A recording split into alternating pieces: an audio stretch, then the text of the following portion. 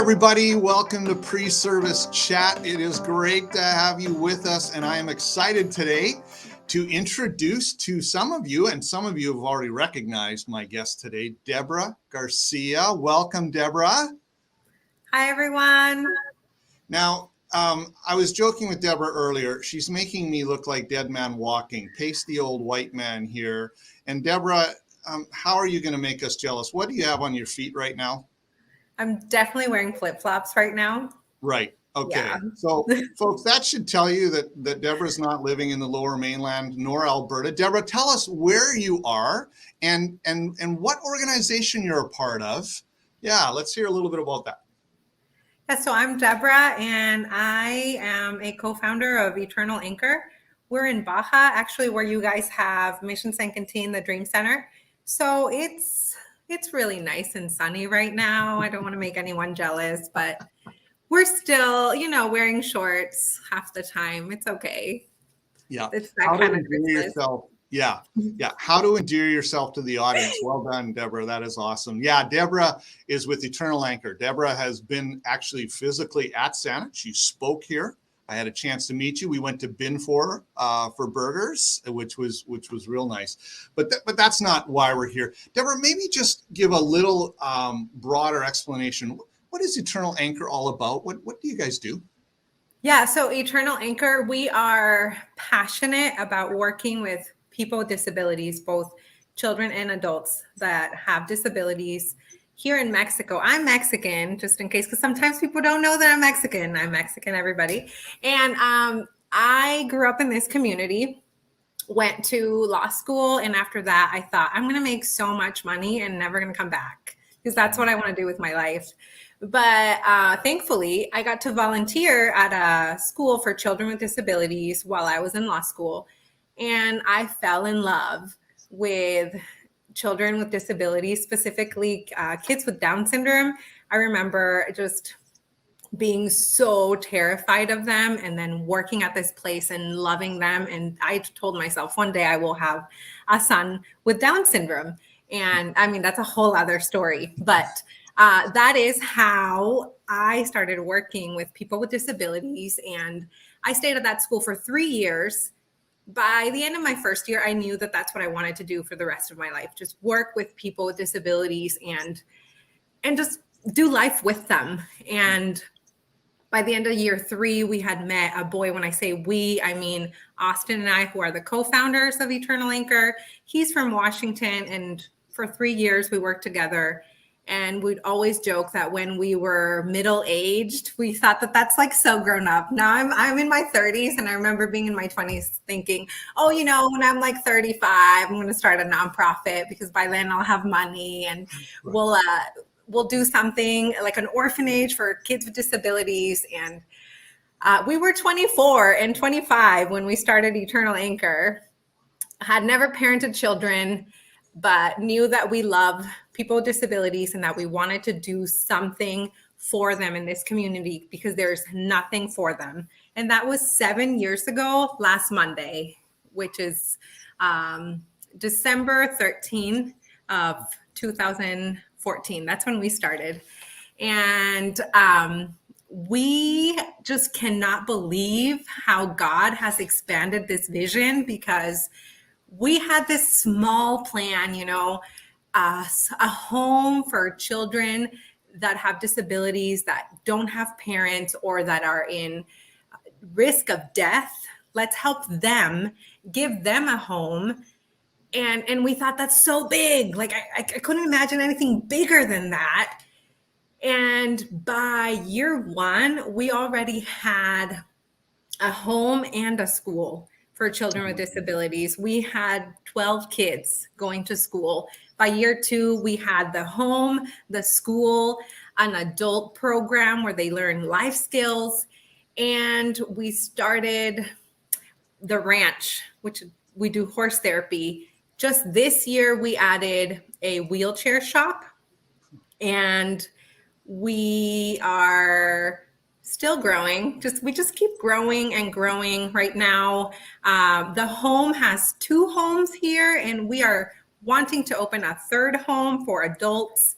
And I mean, there's so many more things and I'm rambling right now, but the reason why I'm saying this is because I just find it so fascinating that when you have a passion and you give yourself to it, the way that God just takes what you think is like the ultimate and he's like, no, wait. But wait, I have something so much better. And he just blows it out of the water and brings people you never thought you'd meet. Like, we're talking right now. Yeah. I wouldn't have met you if it wasn't for Eternal Anchor. And I have met so many incredible people that want to partner and love people with disabilities. And it's incredible. It's incredible to see what God will do to show people his love. Blows my mind. Thank you. You are not rambling. You are inspiring. I got goosebumps. One of the things my observations was going to be is that, you know, you guys just continue to dream. And when you guys dream, God seems to step in and meet and go above and beyond. Wow, there you go. There's that verse, Ephesians 3:20, goes above and beyond what we can dream, ask, or imagine. And just to hear your story that in your mid-20s, like all of a sudden this thing that you thought was going to, yeah, it's just so wonderful. So you shared a few of the things that you're doing, which is awesome. You know, one of the reasons SBC, the reason we have Deborah on here is that we are coming up to our Christmas Eve services. And for those of you who may not know, who are new to us, but those also who have been with us over the years, every time we have a Christmas Eve service, we take up an offering. And 100% of the offering goes to a project or an organization or somebody outside of SBC. It's not about us, it's about somebody else. And today we're talking to Deborah because Deborah and Austin have continued to dream, and there's another dream. So why don't you tell us what the dream is and how we're going to try to partner with you with some funds to help make that dream come true. Yeah. So again, I hope I don't ramble everybody, but a couple of years ago, we were invited to go to the government shelter. And that's where they have all of the children and adults that belong. They're like deaf children. So what is that? Like CPS children that are not placed in a home. And we noticed that all people with disabilities over the age of 12 never age out of these shelters, because you can take a baby with a disability, you can take a small child with a disability, and you can raise them in a very different way than when you take a 16-year-old who has been in the program since who knows what age, and they have so much trauma and anger. So there are a lot of behavior issues that no one wants to deal with. They are the least wanted in any home. And when we were asked, of course, I didn't know this. And I said, oh, no, show me like the 8-year-olds. I want to see like the young kids because I know I can work with them. And they said, can you please look at some of these teens that we have? And they showed me 15-year-old, 16-year-old kids who have been in the system, don't have parents. And Austin and I just left in tears. We were crying and we thought, if we don't take them, they're never going to have a family. They will forever live here. And we asked, what's the alternative? What happens if they can't cohabitate with the children in the center? And they said, if they get too violent, then we have to send them to a mental institution or to a hospital for the rest of their lives, unless a rehab center will take them, which sometimes happen. And my lawyer head goes, well, human rights violation, like human rights violation, that's not okay. So we felt strongly that even though we weren't ready to start a home for adults, and when I say we weren't ready, I mean financially, that the need was there. And we already have an adult living with us that we took 2 years ago. So we thought, why not? We already have one adult. Let's use our own money. Let's use general fund money and do it, because they deserve a home just as much. They deserve a home more than the kids that just got there this year. And the stories I heard, we're talking about 15-year-old children with cerebral palsy whose parents were shot dead in front of them. They were left alive because they can't say who did this. That's the level of trauma of the children with disabilities in the system. Yeah. And I have 3 adults already living with us. And the dream is to have a home for adults with disabilities.